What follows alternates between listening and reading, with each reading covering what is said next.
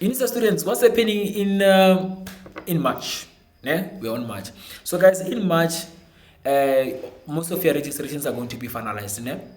Or some of the registrations which are still left, they can be finalized, but it's 50-50. They can finalize, they may not finalize.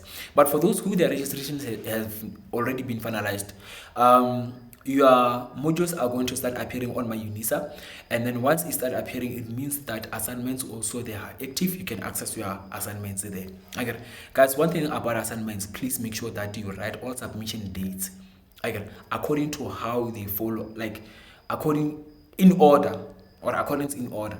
Okay, please do not be like, okay, I'm gonna write all the assignments for this certain module, and then the next I'm gonna write assignments for this certain module. You're going to get confused. Write those dates according to how they follow up. If maybe economics is on the 5th, let it be the first. If accounting is going to be on the 7th, let it be the second one, and stuff like that. Do not let accounting be the first one, which is the 7th, and then followed by the 5th. You're going to miss your deadlines. And some of the assignments, they are compulsory. If you miss them, you're not going to be able to write your examination. They're going to exclude you. Okay, so to be on the safe side, please make sure that you write that thing. Now, in a year, I kind of like buy a notebook, 2 notebooks for me to make notes and stuff like that. On the first book page, I write all those submissions. Every day, before I sleep, or first thing when I wake up, I check the list, which assignment is the one which is going to pass me, and then let me do it fast. Okay, because of now I'm not the kind of person who holds a diary. I never had a diary in my life. They once bought me a diary, but I don't know how to use that thing. I don't know. Okay, so the other thing is that some certain modules are going to have groups. You need to be familiar with your groups. They are going to have numbers. It can be let me just say FAC 1502 TE what. Please make sure that you are aware of those groups, and then you're going to get more information in those groups. And then also, each group is going to have something that we call a TA. TA is a teaching assistant, someone who is more like a lecturer, someone who's going to be taking you through the journey. If you want to ask questions, then you can ask that person. That person will answer you within 24 hours. And then they will also give you guys activities which are going to be helping you guys to have a full understanding. One thing that I like, some of the activities that are compulsory, some of the activities are not compulsory. Even if they are not compulsory, please participate in those activities, because of those activities are enhancing your knowledge. It's more like creating a class for you. You understand? One thing that I like is that if you get something wrong, they will tell you that, no, I want you to explain this thing in this way. It's more like they are spoon feeding you, like they are treating you like a younger baby and stuff like that. So please take that kind of opportunity, because of learning without understanding is nothing. It's nothing. So you need to learn to understand, not learn to cram and pass, and it's not going to be a good thing. The other thing is type of assignments. Guys, we have 3 types of assignments at Unisa. We have quiz, we have written, we have forum assignments. So when we are speaking about written assignment, we are talking about assignments that you need to type them or you need to write them. Some of the assignments you can write them, but some of the assignments you cannot write them. I can give an example about a module, IRM 1501. There's no way that you can write that assignment like using a pen, because of one thing, they need footnotes. The type of referencing, they need footnote. So there's no way that you can write footnote with using your own hands. You need to type it. When you type, okay, the app that you can use is Word app. And I kind of like use Word app. It's free. You don't have to enter into subscriptions and stuff like that. It's very free. Free and affordable. Not affordable because of it's free, And then please make sure that before you write any assignment in it, you read the instructions. Every assignment is going to have its own instructions. Please make sure that you do understand what is needed out of all that thing and stuff like that.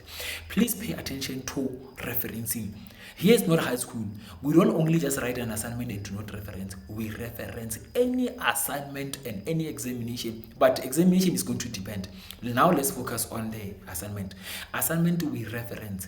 If they say Harvard, you need to know and understand what kind of referencing when they say Harvard is. If they say footnote, what is footnote? Some of the referencing like footnote bibliography, I kind of like have them on some of my YouTube videos. You can go and check them out and stuff like that. So that is the most important thing, because even if you get the answers correct but your referencing is incorrect, you're gonna get 0. This thing of you guys, one paper can write 10,000 assignments, it's not correct. You understand? It's not correct because of you're going to get 0. Here they kind of like have something that is called plagiarism. So in order for you to avoid plagiarism, you need to do what? Paraphrase. Paraphrase is more like saying, holding my book, reading my book, and having information about or gaining knowledge about what is written in this book.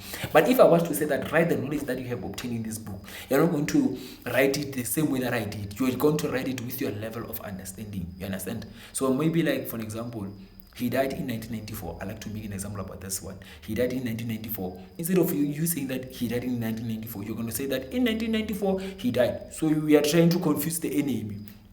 AI. Someone said that we can use AI to copy. Guys, use it at your own risk. That thing is not like always 100% bajaj.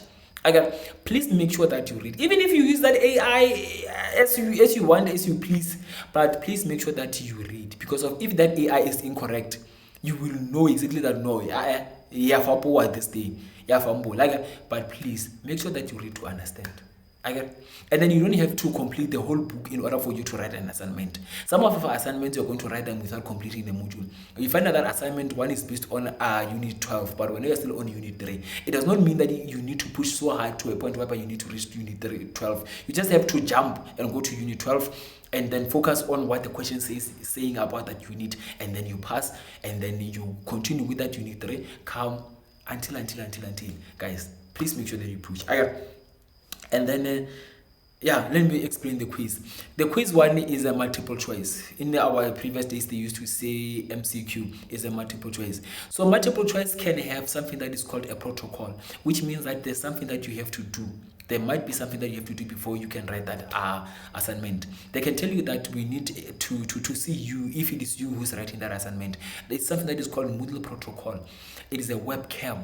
They will tell you that you need to activate your webcam. Webcam, guys, it's just a selfie camera, which is going to be recording what you only. It's not going to be seeing what's happening on the screen. It's only like me, like you, like, how can I put it? Like right now, my cell phone is doing what? The camera is looking at me. So I can see myself reflecting here and stuff like that, So that's what it will be doing. Again, some of the assignments are going to ask you that, but if it does not ask you that, which means that you are lucky, you just continue to do.